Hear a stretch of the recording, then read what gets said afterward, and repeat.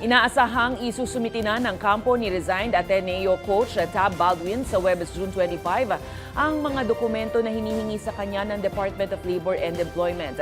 Kaugnay pa rin ito ng investigasyon sa pagkalunod ng dalawang Ateneo de Manila University athletes noong June 8. Samantala, nasa 11 staff ng Ateneo ang maaaring kasuhan. Ang detalye sa balitang A to Z ni Naomi Almojano. Sa pagpapatuloy ng kaliwat ng investigasyon sa pagkalunod ni na Ateneo student-athletes Rene Baterbonia at Divine Adili, inaasahan ng Department of Labor and Employment ang pagsusumite ng kampo ni resigned Ateneo basketball coach Tab Baldwin ng kanyang alien employment permit ngayong Huwebes, June 25. Atin yan kasi nabalitaan ko sa ibang agencies umattend na. Yung pag-submit noong verified answer, nandun na yung full details. Siguro yung una, meron silang mga data privacy concerns, pero ngayon, pag-submit ng verified answer, kumpleto na yan. Layon malaman ng ahensya kung legal at hanggang saan ang sakop ng pagtatrabaho ni Baldwin sa bansa.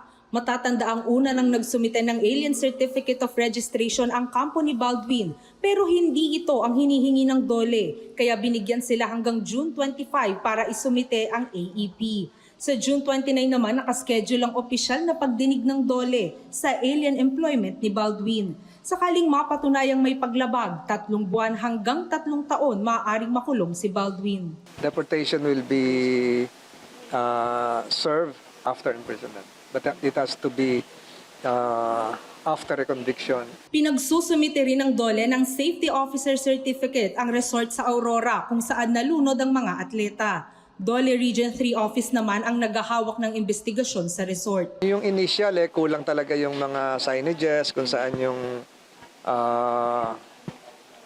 yung pwedeng puntahan, may kalayuan, yung pinangyarihan doon sa resort itself. Yung mga certification ng ilan yung lifeguards, kung ano yung kanilang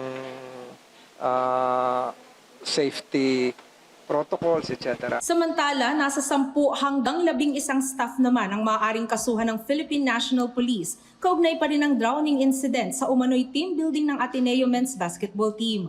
Ayon sa PNP, karamihan sa mga kakasuhan ang staff ng Ateneo. Pagka merong death, is there a criminal liability, whether negligence or leading to violation of the anti-hazing law? It's up to the prosecution to file case. Basta kami, we will forward or refer these records of investigation to the prosecution at sila ang uusig. Habang nakatakda ring ipatawag ng CIDG ngayong Huwebes ang businessman na si Manny Pangilinan. Ayon sa CIDG, na pag-alamang pinatatakbo ng MVP Sports Foundation, pagmamayari ni Pangilinan ang basketball program ng Ateneo.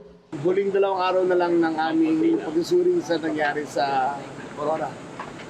Ang natitira na lang ay ilang dating player at ang management ng Ateneo.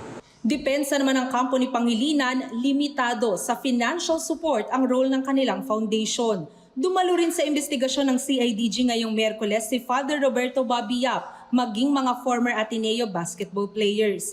Sa Biyernes, nakatakda ng isumite ng CIDG sa Department of Justice ang resulta ng kanilang investigasyon para naman sa filing ng kaukulang kaso. Para sa Balitang A to Z, Naomi Almojano.